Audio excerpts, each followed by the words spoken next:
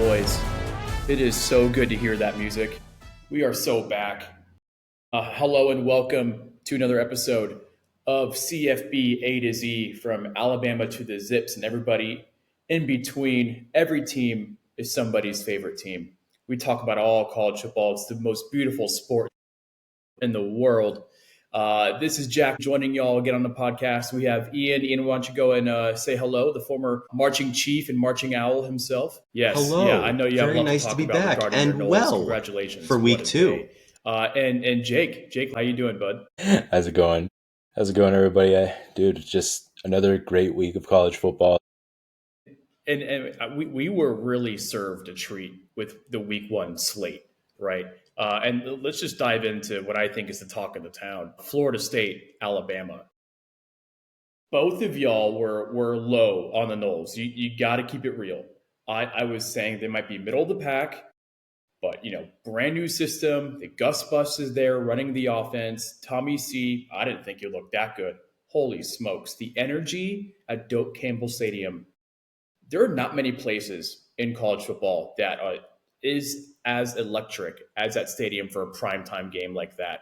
Ian, what are your thoughts? I would love to regale everybody for a very long-winded story that I have about Florida State. I'm not going to do that. I will just say that the first real game that I ever played, because I was in the marching band at Florida State, the first game that I was there that really made me feel like this was like A, my home, and B, one of the premier places in college football was 2011. Number 1 Oklahoma came to town. We were number 5. College game day was there. It felt like there was 120,000 people in the stadium. It was the loudest I had ever been inside of a building. They took away 10,000 seats, like 11,000 seats this past season, and it still felt that loud. Doak brought the pressure, and you're absolutely right. Nobody saw Tommy C playing that way. I watched him for 2 years at Boston College. You did. Jake, unfortunately, you saw him at UCF before that. He was, pretty good for the skill set that he could provide as a dual threat guy who could throw decently and have a nice range of the field. He's not a very tall quarterback. He talked a lot of shit, and man, did he back that up. I think the quarterback play is what really surprised me. I was a big fan of Ty Simpson, especially his scrambling capability. But man, did the Crimson Tide offensive line just get dominated. I mean, Ty really had no time to do anything at all. And Tommy C, baby, how you doing? I mean, so impressed. No, not at all. It didn't really seem like Bama wanted to be there.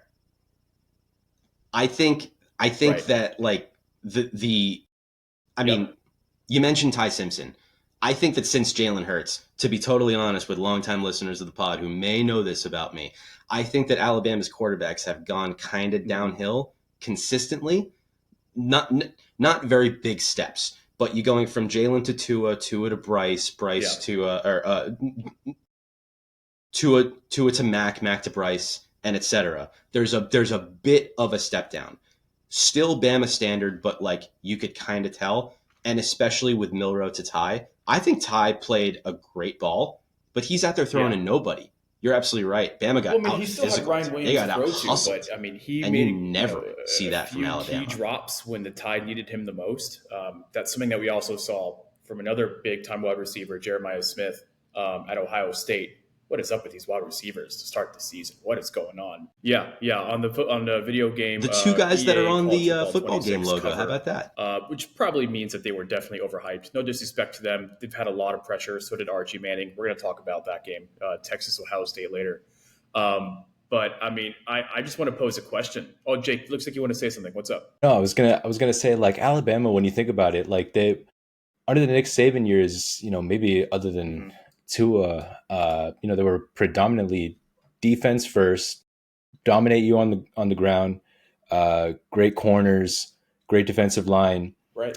And then, I mean, just all around, they were always the top 5 defense, and the quarterback was never really that big. It was the definition of game manager ever since from A.J. McCarron. Ever since Lane Kiffin came in, that's when they kind of Tua maybe was a little bit of an exception. Quarterback, you're absolutely right, Jake. Yeah, and I mean Ryan Williams, of course, defensively you're going to double him as much as you possibly can. Jeremy Bernard, that's, people are saying that he could be the new Ryan Williams, stepping up. He had 146 yards on 8 catches. When Someone you else double open. somebody Yeah. up, that's it Yeah. leaves everybody else open on the field. But they didn't have any Jeremy. running game Jeremy with Bernard, not Jeremy. Jeremy. Got to put some respect on that guy's name. He might be their new wide receiver 1 this year. he very well could be. I mean, without Jam Miller, I mean, a lot of that offense was taken off the board just because they weren't able to establish a running game, which is across the board Right. in week 1. Yeah. A lot of teams could not establish the question I want to pose a consistent is run game. Alabama dead? Yeah. I'm serious. Is that level of expectation that they have now, is it unattainable? You're crazy. Burn it. I'm pumping the brakes on that. It's week 2.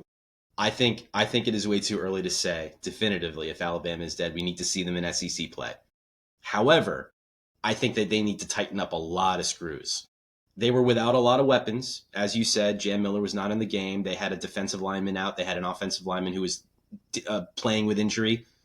I thought that might keep the Noles close. But a lot of the intangibles are not there.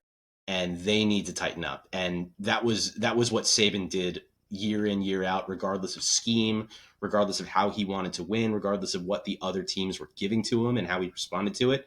It was a Mark Ingram-led team in 2009, and then it was a receiver-led team in 2017, for example. And they won both ways. But they were just as physical both ways. And that physicality was not there.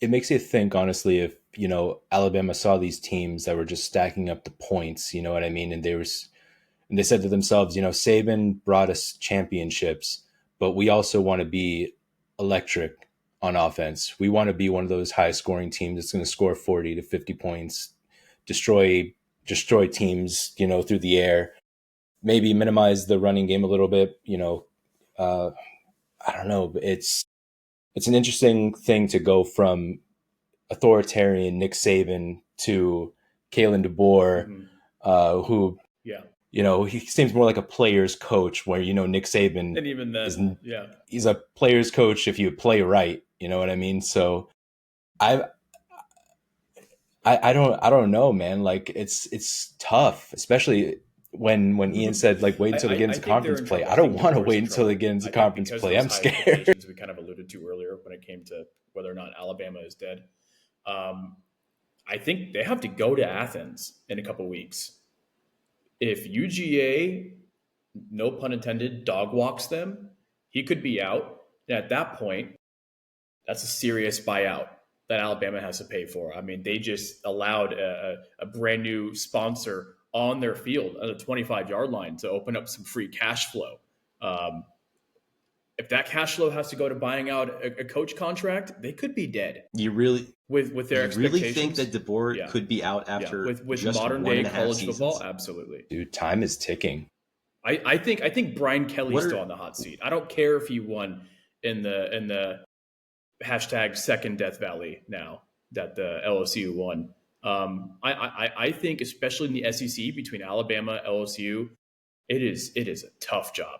It is tough. We're gonna do it. Hate to agree, but yeah, a lot of programs get crushed under the weight of their own expectations. That's a thing that I do not agree with across the board. As somebody who has experienced the highest of highs and the lowest of lows, one season apart, you cannot get crushed under the weight of your own expectations. It is no way to be a fan. It is no way to run a team. Listen, man, Bama's a dynasty. Those people want championships. They don't have a professional sports team to really look up to. So it's Bama, really Bama or nothing. I mean, of course, you have other schools, no disrespect to them, but it runs through Tuscaloosa, and we all know that. I just want to say very quickly on the physicality before we jump into another game. I had some notes written down about Florida State. A lot of physicality that we did not expect to see, myself especially. Coming off of a 2-10 season, I'm a big Florida State fan, obviously. We didn't have really any film coming out of fall camp, coming out of summer workouts, really nothing. They kept a very tight lid. We knew who the players were. We knew that Tony White was coming in and he was going to change up the defensive scheme. We knew that Gus Bus was coming in and he was going to run a very option-heavy offense. We didn't really have a lot of detail. And then all of a sudden, we hear that Conrad Hussey, one of our star corners, was off the team, and apparently he had a physical altercation with a coach. and more details started to come out. And apparently, Tony White, the new defensive coordinator, came in there and was really adamant and said, "A lot of you guys are too soft. I need you to get hard, Nice. or you're off the team." And yeah, it was too much pressure for some Yeah. of these softies. And you see what physicality gets you. You see what toughness gets you. So I got to believe in the toughness of my squad, and I got to believe that any team can really get tough if push comes to shove. I think Bama can do it. That's why think I don't really Florida think they're State dead. out But Bama. we need to see it And I think that's soon. what makes it especially shocking. One more thing, Gus Malzahn vindicated. I think so.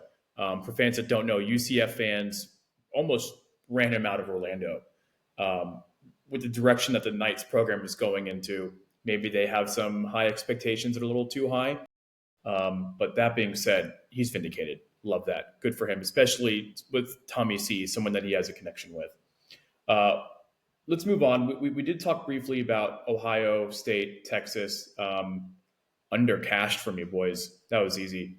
Are we surprised with Ohio State beating Texas? I'll let you all speak on it. I will say that both teams had a lot of changes, especially offensively. So I'm not surprised that the defense really had their way. For Archie, I almost feel bad for a lot of the expectations that was thrusted upon him.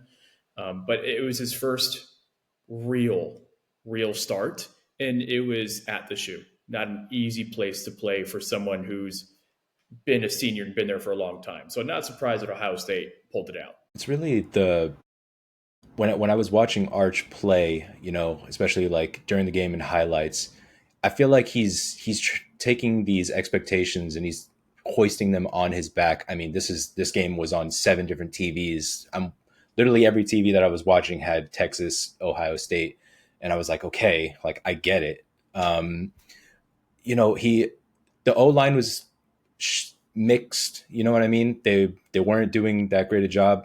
I felt like Arch was holding on to the ball a lot. He was trying to make throws that he really doesn't have the arm to make. Like people, he has a like decent arm strength, right? But he's not like a Josh Allen, Patrick Mahomes type. So when he's traveling from one side of the field trying to throw across the field, that's going to get intercepted every single time. His mechanics are a little bit wonky. I think it's really just a mental thing where, eventually he's going to get it down the stretch. He's a future number 5, number 1, number 2, number 3 overall pick. And we all know it unless he completely bottoms out. But,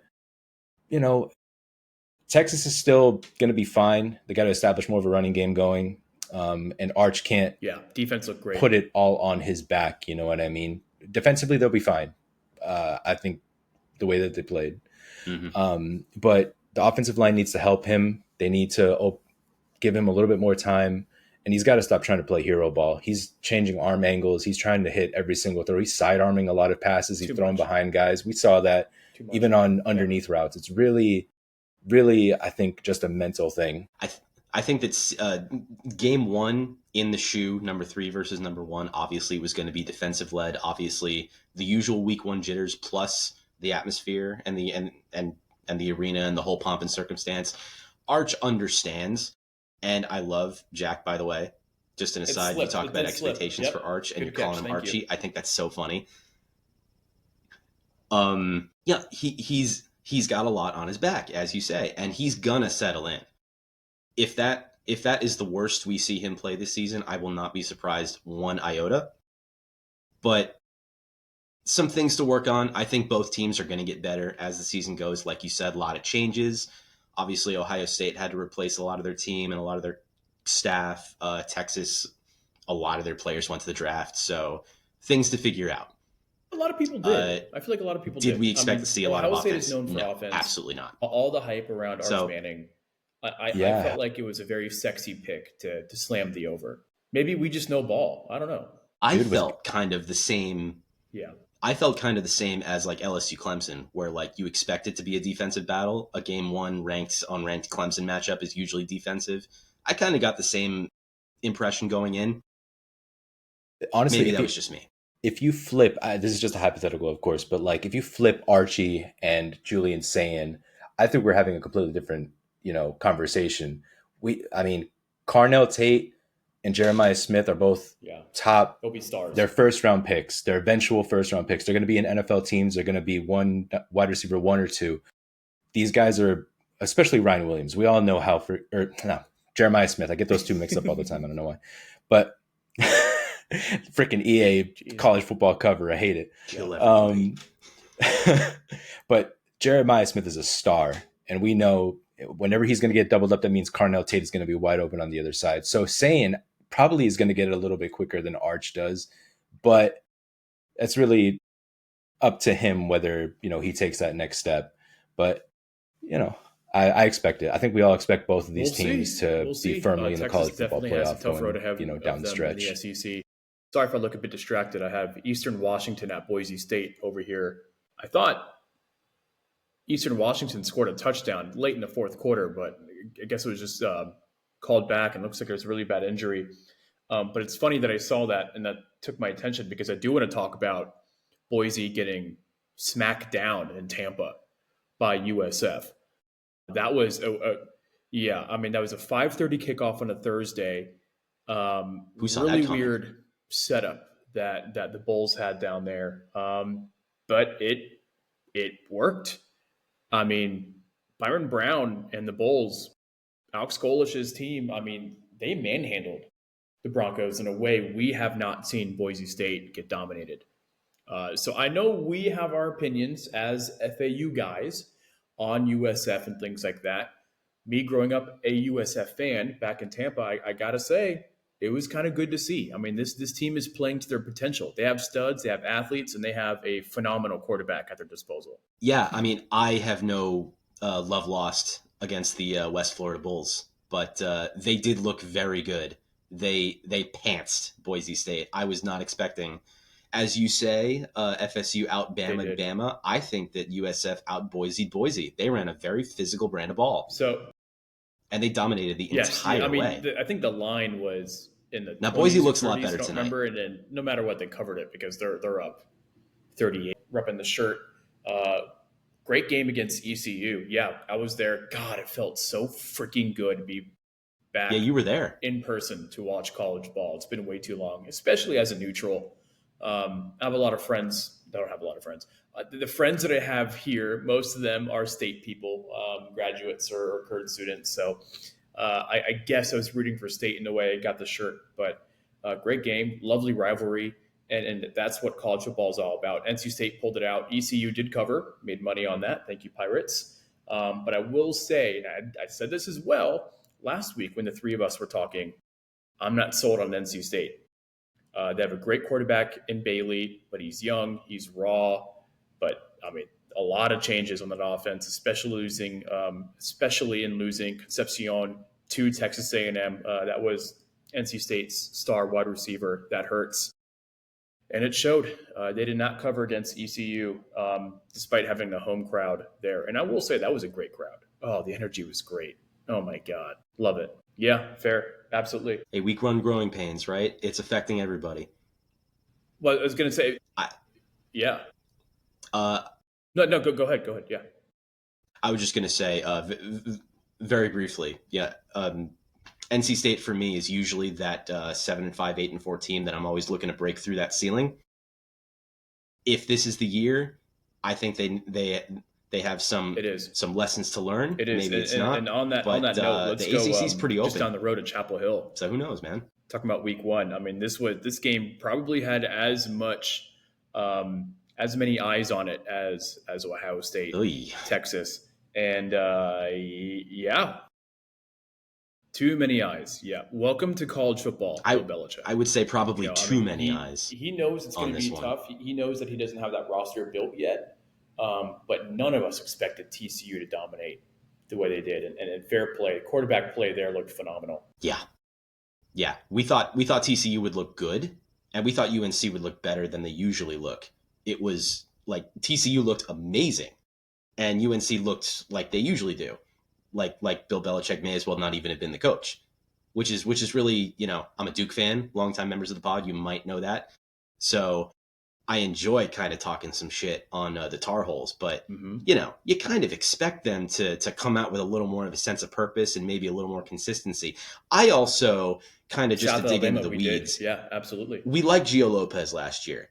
Where was he? South Alabama. He transfers into UNC. He beats out Max Johnson for the starting job. Max Johnson, viewers may recall, last year he transferred in from A&M. Big athletic guy, can throw a Week nice one, long spiral. brutal, Gets absolutely a brutal. season-ending leg injury in the third quarter of the first game, week one. Just awful situation. He's back. Gio Lopez beats him out. I mean, you look at Bill Belichick. Mm-hmm. He's had a lot of success in the NFL with that kind of guy, that kind of quarterback build. I expected Max Johnson to That's be in the interesting. game from the I feel like get-go. Gio definitely gives them a little Maybe they bit would have had a better more shot. than Johnson. But I mean, Johnson's not Tom Brady. I'm sorry. Whatever is going on in the Eastern Washington Boise game looks awful. Players are on their knees. There's a stretcher out here. This looks, and I miss a play, and I'm sorry to interrupt this, but thoughts and prayers to this player. I'm pretty sure it's an Eastern Washington Eagle. Thoughts and prayers. This looks like a very terrible situation here. Haven't played in 15, 20 minutes. Yeah, that's awful. Okay, wow. This looks Jeez. tough. Yeah, I turned it off just before we If I started. see anything, I'll make sure I can relay it to us here so it can keep us updated. LSU Clemson. Did we talk about that a little bit? I think kind of brief. I mean, I said Brian Kelly could be on the hot seat. I thought he'd be the first coach We just fired. I mentioned still it think he's on briefly. a hot seat. I did mention that because I don't think LSU is going to be as good as they think over there in Baton Rouge. That being said, Clemson had a lot of hype going into it, going into the season. A lot of people we crowned them ACC champions. A lot of people crowned them as ACC champs, and they didn't look bad. But again, just like Ohio State, Texas, a game where the offenses didn't look great. I'm going to call this one the Mike Tyson game of week one, meaning everyone's got a plan until you get punched in the mouth. Mm-hmm. We all thought that Clemson would easily win this game and easily win the ACC. And on the other side of the ball, we thought that Brian Kelly would be fired probably before the end of the season if they lost this game and maybe 3 or 4 more. This was a pretty defining win for him. LSU has not won a big season opener like this in 5 years, 6 years, maybe since Joe Burrow. It's now or never for him. So maybe it is some signs of life. Monumental win for him and his family, for sure. I'll never let that die. Me and my family. Okay, all right. His family, yeah. Speaking of his family, just a mention for the family specifically in that photo. Walker Howard at Louisiana just got smoked. Not what you want to see out of such a promising guy. Syracuse. They were there or thereabouts, but Tennessee did look good. I mean, the Orange, they just have too many changes, way too much turnover right now. Quarterback especially. We like Fran Brown. I mean, I still think Syracuse will be a player in the ACC, but fair play to Tennessee and to Joey Aguilar, coming over from App State to UCLA to then over there in Knoxville. Good win. Do you have any comments on the Vols' victory? Yeah. I think they look great. I think that Joey Aguilar went in there and did everything that you would expect him to do and more. He looked like a natural for Josh Heupel's offense. Which is when he did. Definitely did not look like somebody who came in there in like June or July or whatever that was. I mean, Syracuse looked better than I thought they would look. I will give them that. I forget what the spread was, if they covered it or not, but they put up 26 points. I mean, we like Fran Brown. We want Fran Brown to have a consistent program, but it's Syracuse. It's going to be a little bit of tough sledding up there. I think he can do it. And I think they will get better as the season goes on. But it was a really nice win for Tennessee to start the year. Stretchered off with EMS. He's being put in an ambulance on the field. No, that's awful. I mean, how do you even continue playing? And there's 8 minutes left in the game. It's how could you? Not what you want to see. That's awful. Thoughts and prayers to you, young man, Jared. Okay, wow, that just really sucks to see. I wrote, On that note, I do real quick. Do you want to move into week 2 on that note? I want to mention real quick before we close on week 1. Army losing to Tarleton State. Hello. Tarleton State has some backing. They made the move from Division II to FCS. Did not expect them to be going to West Point Yeah. and winning the way they did. Middle Tennessee losing at home to Austin Peay. That is brutal. Brutal. I know we're split on our thoughts on Derek Mason. I know Jake especially has some thoughts on Derek Mason. I want him to work out there in Murfreesboro. No, not a fan. And Yeah, that's just Jake tough to does see not because Derek Mason we like. grew up in an era where Middle Tennessee pretty good, pretty dominant. What's going on now is not it. Um, Lastly, if you told me that UCF and Jacksonville State would would just be all over the under, while Ohio and Rutgers would hit the over before halftime, I would say there's no way. Lo and behold, they did. Shocked. Yep. Lay it on me. Dude, you're such a fanboy, and I love that for you. Two words. Parker I mean, Navarro. if Parker Navarro or Diego Our Palma, guy. we're going to have to choose, and that's a tough choice. That's tough. We love our quarterbacks here, especially the It is a difficult choice. sparky guys. I don't know. The Rocco Becks of the world, the Avery Johnsons. Love it. Honestly, yeah. No, we love him. Speaking Sam of Big 12, Levis. I mean, pick your Big 12 quarterback. Before we leave on week one, Baylor? Yikes. I'm not sold on Jackson Arnold at Auburn. I'm not sold on the coaching situation that they have going on there. But I'll tell you what. Right now, it's working in Auburn. So War Damn Eagle, big win in Baylor, and I think it's a great segue to start talking about week 2, if that's cool with you, Ian. Mm-hmm. Absolutely.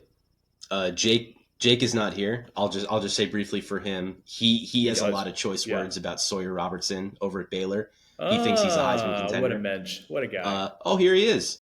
Just in time. Anyway, that's a good segue to talk about Baylor at SMU. Right, it seems to be like a sexy, upset pick. SMU ranked, favored at home for the Mustangs over there in Dallas. Do you guys think Baylor has a chance? Because I was not impressed with what I saw. I do. I think that this game will be a lot more even than the last game. I don't want to say Auburn surprised us. I don't want to say that's anything like a fluke, because Jackson Arnold, when he came into Oklahoma, was promised to be this kind of guy. And he did look every bit as good as we thought he was going to look, with the exception of the Alabama game last year. Funny enough, another big Alabama loss. But, Sawyer Robertson settling in. That's always so much fun when you get this is a Texas and Texas game, so I think it'll be a lot closer. Big in-state rivalry game that we're certainly going to be talking about later, especially as us as Floridians we're pretty hyped about. But the game of the week, at least when it comes to the media hype, is going to be to Norman. I think we might have lost Jack this time. No rain up in North Carolina. Oh, what a liar! This is like two big brands of Dude, Jake, you have anything to add?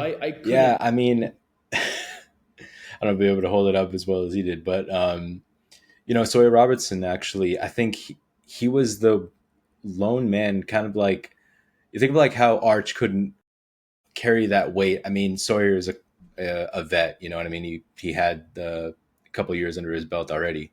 But he was the glue that was holding that team together. He had over 400 yards, 4 touchdowns.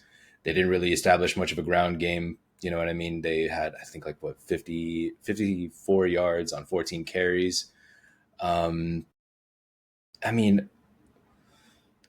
Jackson Arnold just took over the game, both maybe not necessarily from passing ability, but definitely on the ground. He was gashing when Baylor would play, their defense, they'd play more back, less, more close. I'm trying to say like press coverage, but he was taking advantage of the open holes and he was running really well. So I think Baylor does have like a great shot at winning this game if they can establish more of a ground game. Sawyer Robinson is a runner. Like he has wheels and he's very physical. So when he gets out of the pocket and he's able to, make some runs, he'll bowl somebody over. But you want, that consistent running back to help you along with things, kind of just like Arch. When these teams, when the quarterback is able to get that ground game going, then everything is going to start working a little bit better. And so Sawyer, I think, showed last week that he's the guy. And he's a future. I always throw these out there. He's a future draft pick. On the road against a team like SMU, I mean, I think they'll be fine. Honestly, I think I'm not going to say they're going to win. Is tough on the road. I think they could pull it out like maybe like a 28-24 type of game. Jake's the NFL guy, everybody. In case you didn't know, none of us watch that great golden retirement home. That's all Jake. This is a show me game for SMU, I have to say. I forget who they played last week, but this is a really big out of conference, just about a rivalry game, in-state matchup. Mm-hmm. They made the playoff last year. Yeah. It was their first year in a power conference, and they made the playoff. If they want to repeat a performance like that, they're going to have to show us big here. Speaking of show us big, can our Wi-Fi show us anything at all? Our Wi-Fi is just brutal today. Good God. How many more technical difficulties can we deal with here? I feel like, I don't know, Lee Corso when he said, fuck it. That was Houston SMU, by the way.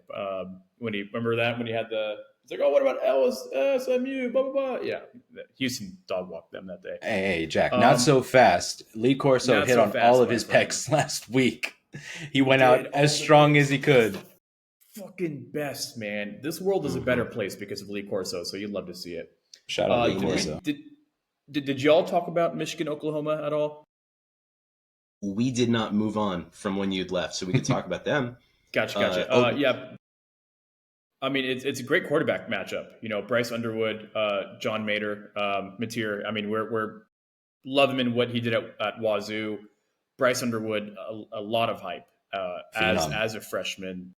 Absolutely. I mean, a lot of God-given talent. We can all see it. I mean, they did not look great last week. I will say that. But that being said, Underwood, freshman, hostile environment. It's just like what we saw with Arch, even though he's not a freshman, but first major start on the road at Ohio State. You have to fade the quarterback and the away team in those scenarios. I mean, I can only remember one time where someone started their first road game and they dominated, and that was UCF FAU. God, what was the court? Dylan Gabriel. That was his. Remember that? When was that? 2019. 2019. Remember him? Remember Dylan Gabriel? God, he's a retiree now. Pretty sure it was 60-40 UCF fans in our stadium. That was terrible.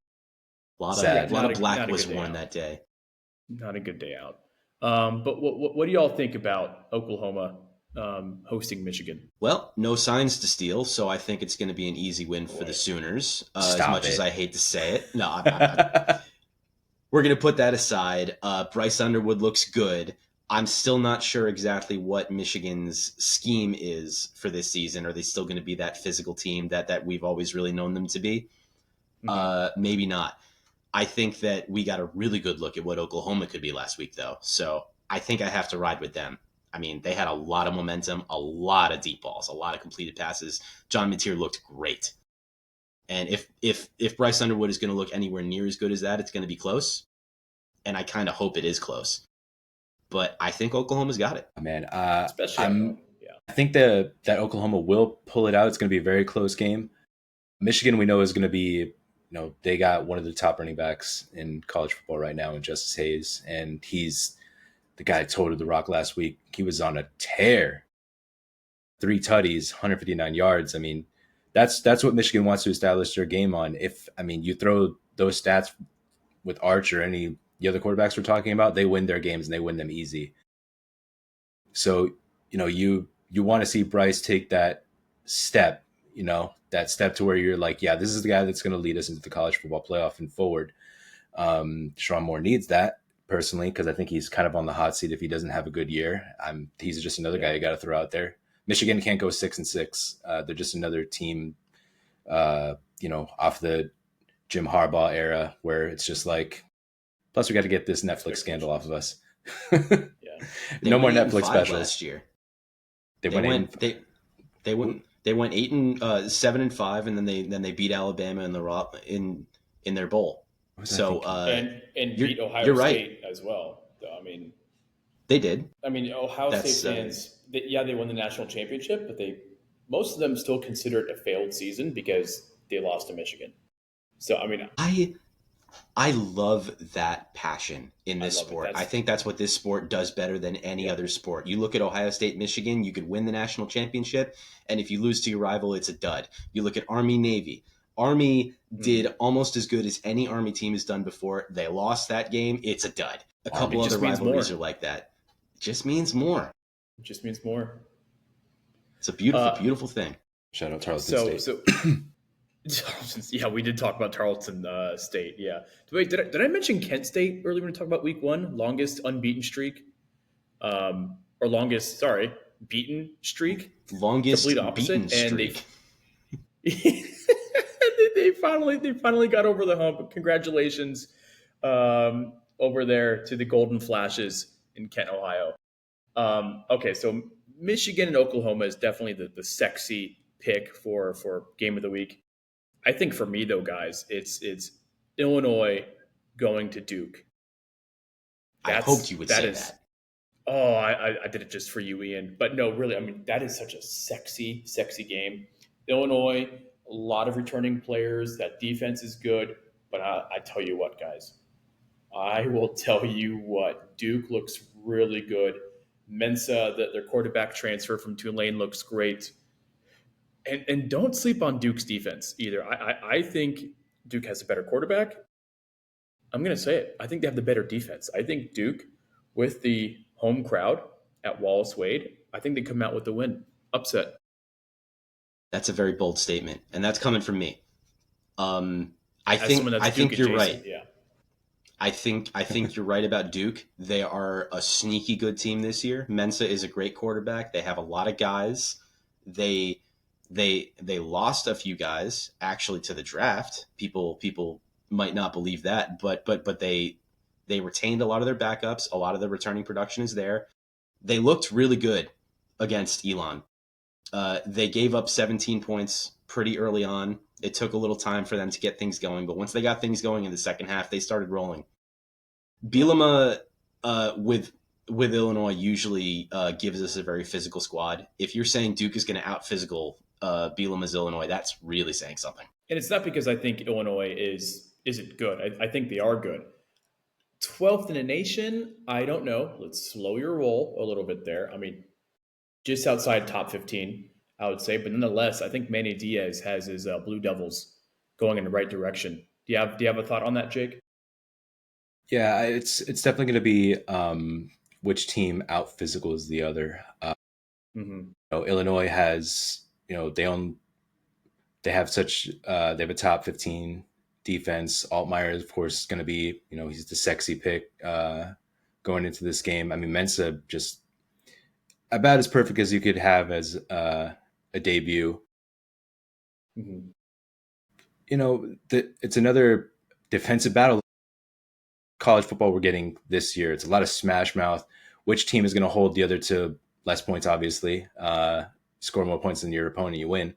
But Oh shit! That's what FU's been doing wrong this whole Chris time. Collinsworth Oh my over here. let me God. let me tell you about this guy, Luke Altmaier. I think Luke Altmaier is probably 75% of the reason they're ranked number 12. I think Fair. that people that put together these rankings really were looking for big returning guys at quarterback. Yep. And Illinois is one of the few teams in the Big Ten that's got them. But there's something there though with returning production. I think. Yeah. That's what I've been saying. The returning guys that come back to these teams, it's a familiarity within the system. That's why teams like Baylor is going to put up points. I'm trying to think. Cade Klubnik. That's why he's going to put up a ton of yards there. Well, we thought, at least we thought, but obviously they struggled against LSU. True. Damn it. But here's the thing. I mean, Virginia Tech. I had Virginia Tech as a very sexy pick last year because of all the continuity that they had on their roster.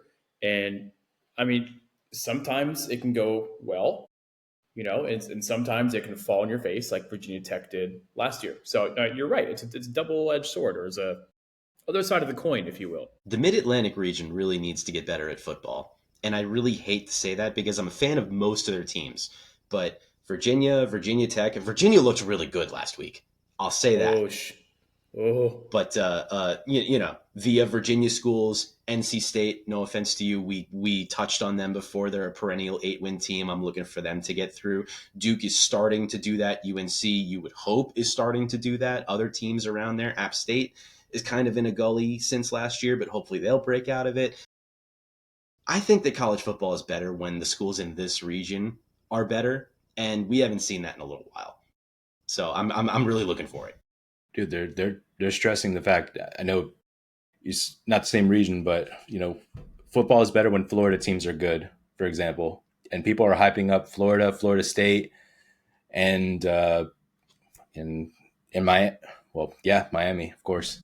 Yeah, you could say it. big, I big, won't say it, but you can. I mean, big three back, possibly big three in Florida back. We'll see. First time that all three have been there or thereabouts in a long time. You mentioned Virginia, Ian, and that kind of goes back to Jake's point about the continuity. I think like leads the country in returning production. But then you throw Yeah, in new quarterback Chandler Morris. Uh, yeah, this team is dangerous. I mean, they had their way with Coastal Carolina. Yeah, Coastal Carolina hasn't been the same since McCall. And the head coach that, oh God, I can't believe I'm not getting the head coach that went Chadwell. to Liberty, Jeremy Chadwell. Thank you.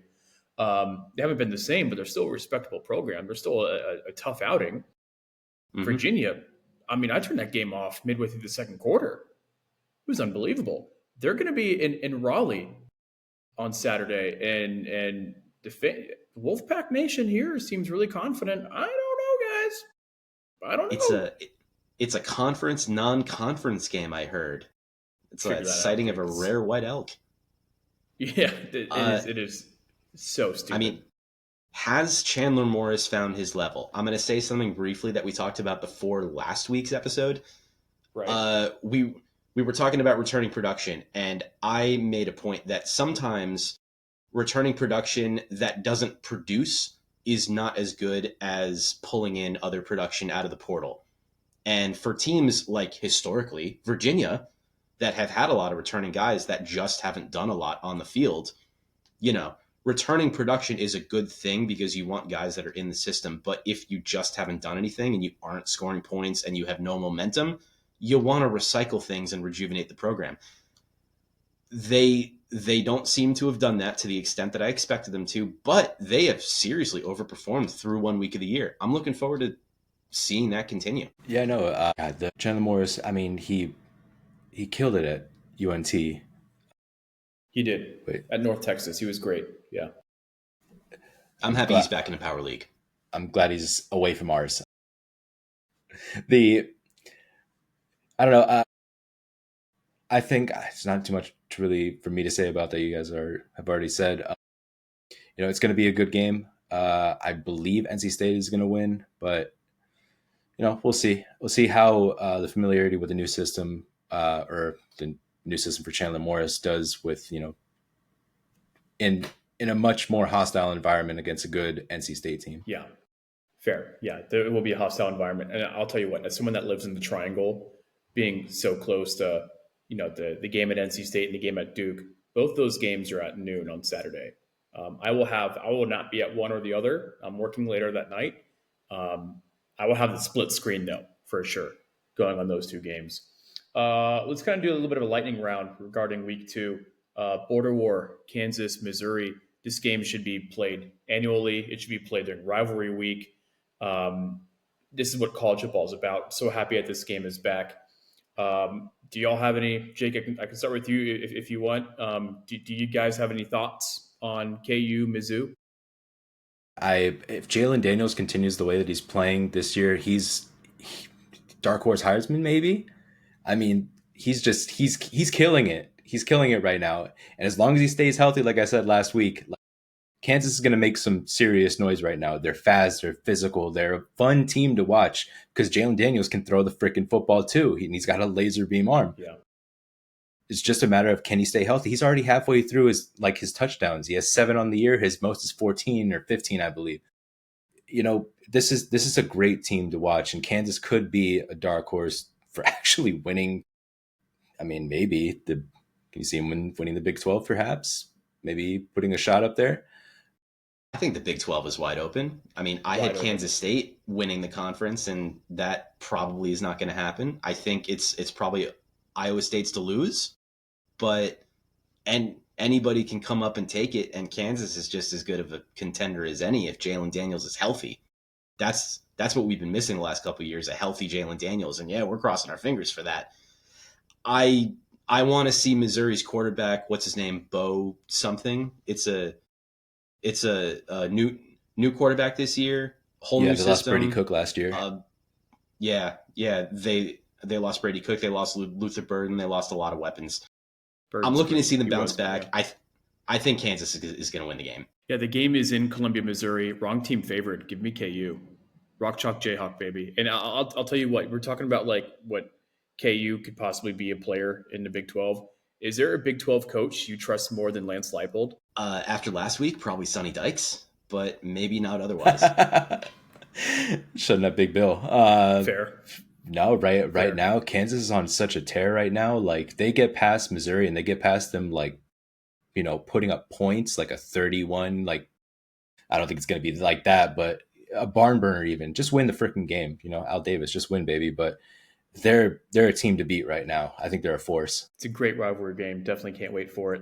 A game that's not a rivalry, but it will be played with a lot of passion, a lot of hatred. Ole Miss going to Lexington, Kroger Stadium to play Kentucky Wildcats.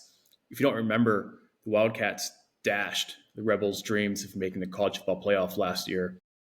I think that moment has been pinned on Lane Kiffin's refrigerator all offseason, all year. And he's been waiting for this moment. It comes early in the year. I think the Rebels get redemption. What do y'all think? I think that the Rebels get redemption big. Vegas, I think, has Ole Miss as an 8.5 point favorite. I think that's way too low. You're absolutely right. This game was late in the season last year, and it took all the wind out of their sails. That's not going to happen this year. No, definitely not. Lane, there are two things that Lane has on his refrigerator. It's beat Kentucky, Alabama job. Excuse me. I think Lane, he put up 60 last week. He's going to try and do the same exact thing to Kentucky this week, and we'll see. A pissed off Lane is something you don't want to mess with, especially offensively. No, agreed. But I mean, if there's one coach that could have his number, it is Mark Stoops, and it is a Mark Stoops coach defense for sure. But yeah, I mean, a petty Lane Kiffin is really tough to beat, and we saw that. The three of us saw that firsthand at FAU. Remember that one time against North Texas in 2017? He went for 2, so he could have scored 69 points. That moment lives rent-free in my head. Oh, good times. And it's not like North Texas was a slouch. I mean, Mason Fine at quarterback.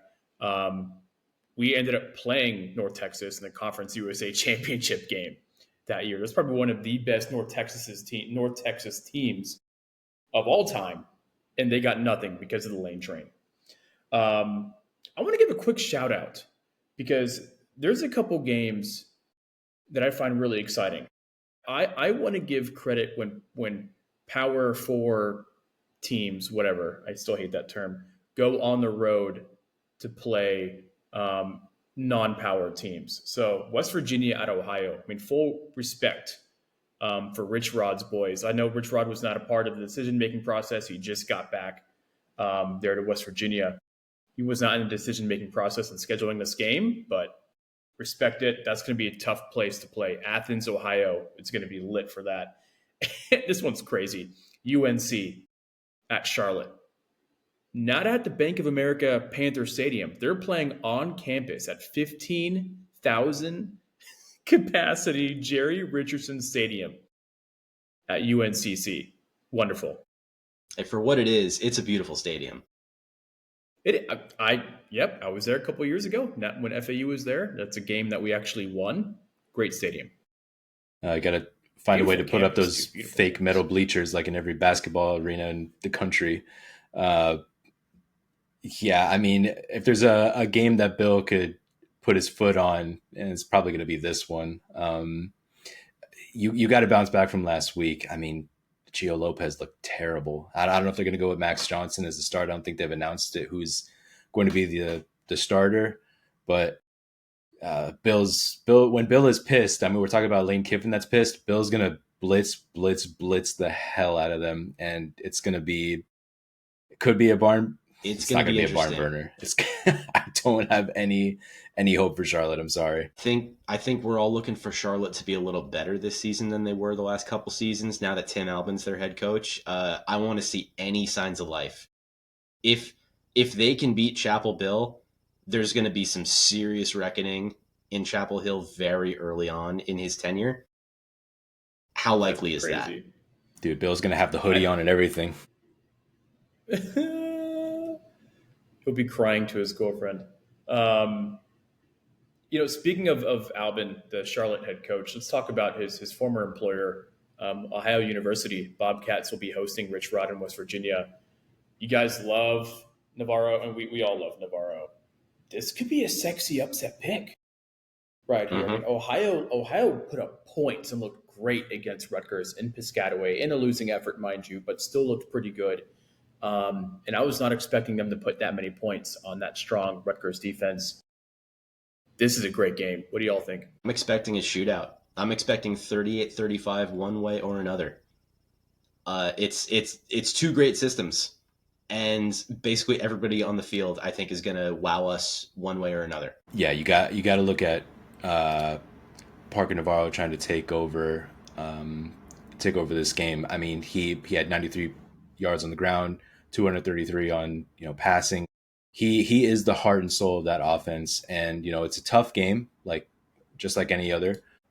And I want to root for him, and I want them to make it as far as they possibly can. But hell, they're at home. I mean, anything's possible, man. Yeah. Even against Rich Rod. There's a lot of continuity too. I mean, Jake, you were talking about that earlier, and I'm going to keep hammering that because I think it's brilliant. Ohio has a lot of continuity.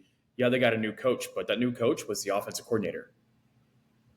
So if there's a team that can do it for a big upset this week, it could be Ohio. I mean, look at just a quick example. Where did Arbuckle go to? Went to Oklahoma to follow his boy, and you want that continuity to continue, especially if it's successful. Then why would you change a good thing? You know what I mean? So let's go Navarro. Love it. USF at UF. Line is 17.5. If Brown plays as well as he did last week, they could be live dogs.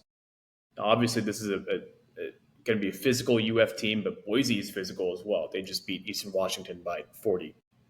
What do you guys think? You think the Bulls have a chance in the swamp? I think Byron proved last week that the noise isn't too much for him. He's fresh off of that injury. He looks great. He's taking shots. He's physical. This guy, the entire game, I'm just like, this guy's a tank. He's taking hits. He's running the football, but he's making passes. He's taking 20-yard dots, kind of like what I said with Jalen Daniel. This guy was on it. You know what I mean? He was breaking tackles. They have a shot. Don't tell they have me a really he's poised good shot. and focused and having fun. He is poised, focused. He's having fun, and he's hurting people because he is bowling them over. Pick your kids up from soccer practice, Mario Cristobal. Yeah, I think the Bulls have a real shot here. I mean, always typically root against Florida. I typically root against USF too. So I'm not really looking for a winner here, but I think this game could either be really high scoring or really low scoring. I think that the teams match up against each other really well. I don't think that we got a really good look at Florida last week. They played Long Island. It was 55-0, but not a whole lot of competition. The Long Island Shocks. This is their real first test, and they have done good in these first tests. I remember when Utah came in a couple years ago, and they whooped them. The same could happen here. A physical team comes in thinking they get out physical the Gators. They get out physicaled. It's not crazy to see that, but we see it happen. Georgia Southern did that to him a decade ago. Yeah, maybe more than that now. Yeah, it's never forget. On that. Never forget. They won without a single passing yard. Georgia Southern did. Okay, Byron Brown or Diego Pavia, the Vanderbilt quarterback. Who are you going to pick? Boy, that's a tough one. Come on, I it's have to easy. pick Diego Pavia I just fucking love because him. I love of him so that much. interview. I will never forget that post game interview after they beat Alabama last season, and they shoved the microphone in his face, and he's like, "Oh yeah, God is good. Jesus is great. He's giving me everything I want. I'm a man of God. Vandy, we fucking turn." Like in the same breath, it was beautiful. It was so college. He is a college man's quarterback, and I love him. Damn, I'm gonna say the same. Also, I'm gonna go with Diego Pavia, especially against this really kind of like defeated Virginia Tech team. Even if they're at home, you know what I mean. Like they just got mollywopped last week, and drones look terrible. I don't know. I'm gonna say Navarro. Or no, God damn it, man. Pavia has these guys, just these running quarterbacks, these dynamos that just We get in love my him. head. I love them. They're college football, baby. But yeah, I'm seeing he's gonna have another interview like that. Maybe 3 touchdowns. Yeah. I mean, We're looking for Virginia Tech to get better under Kyron Drones and Brent Pry, but I feel like we've been saying that for 2.5 years, and we haven't really gotten there. No, no. I don't think it's happening. Virginia Tech's defense did play better than I expected them to against Sellers in South Carolina last week, but still lost. Um, Virginia Tech is favored. It's at home. It's in Blacksburg. They're favored by 2.5, so that means it's a push. If it was a neutral site, still wrong team favored. Give me Vandy. Let's close with some sexy picks for week 2, and I got one I kind of teased you boys with. um, Western Carolina, the FCS team. They're going to go to Winston Salem. They're going to beat Wake Forest, who I think might be a bottom 5 power program in the country this year. They struggled against Kennesaw State. They beat the Owls 10-9. Now, Western Carolina, the Catamounts, they lost to Gardner Webb at home last week, but they were up 35-7 and called off the Dogs. Western Carolina has been an FCS power, been in the playoffs multiple times. They gave NC State a run for their money last year, almost beat them outright. I think they're going to get it done against a power program in the ACC this year. Western Carolina Catamounts. Shout out to Western Carolina's band, typically 500 strong. Love them, love them, love them. That's crazy. Ian, what's your sexy pick for this week? You know, my pick this week isn't really that sexy. I think that there's a lot of good things to see in UNLV UCLA. I think a lot of us are really expecting Nico to have a bounce back game. I don't think that's going to happen. We've gotten a good look at UNLV. Colandrea appears to have solidly become the starter. I think he's starting to settle in. I'm looking for a big margin here. They need a big margin. UNLV is looking to be the top of the Mountain West. Mountain West looks very gettable. Yeah, so wide open. This is a show me game. I'm still uneasy on UNLV after week 1, but UCLA looked awful against Utah. That's an interesting one there, Ian. Jake, where do you stand on week 2? Sexy picks, give it to me. My sexy upset pick is that what you're asking me? Like, I mean, an upset pick. Yeah, anything to close off the video and what you got for week 2. Okay, so like I'm crazy, you know what I mean? Like I'm all about. You watch the NFL. Hey, you know. Not only that, you're a Jets fan. We know this. Listen, man, let me dry my tears real quick. Listen, man, I'm all about Utah State going into Texas A&M, going into College Station, and putting up points against this Mike Elko defense because I love Bryson Bucky Barnes of Utah State. I believe that they're going to pull off the upset. You know, he puts this team on his back. He's a hard runner. He can throw the freaking football, and I want to have like a little bit of faith in my boy, just because I like to call him Bucky Barnes. But Utah State, they have a good defense. They have a middle of the pack defense, and I think that they could get it done. So what you're saying is the Aggies are going to win. I'm saying the Aggies are going to win a close one. It's going to be the one Marcel Reed game that he does not do well in. Real quick, before we close, I do want to give a shout out to UTSA, Texas State. That is a phenomenal rivalry game. We talked about Baylor, SMU to open up the Week 2 slate. These two schools absolutely hate each other, and they've done it before UTSA even had a football program. That's going to be a great game at the Alamo Dome in San Antonio. Roadrunners have had Texas State's number. Texas State finally did it on them last year. That's one of those things like Lane Kiffin. That was pinned on Coach Jeff Traylor's refrigerator all year long and the rest of UTSA fans. So that'd be a great one to watch.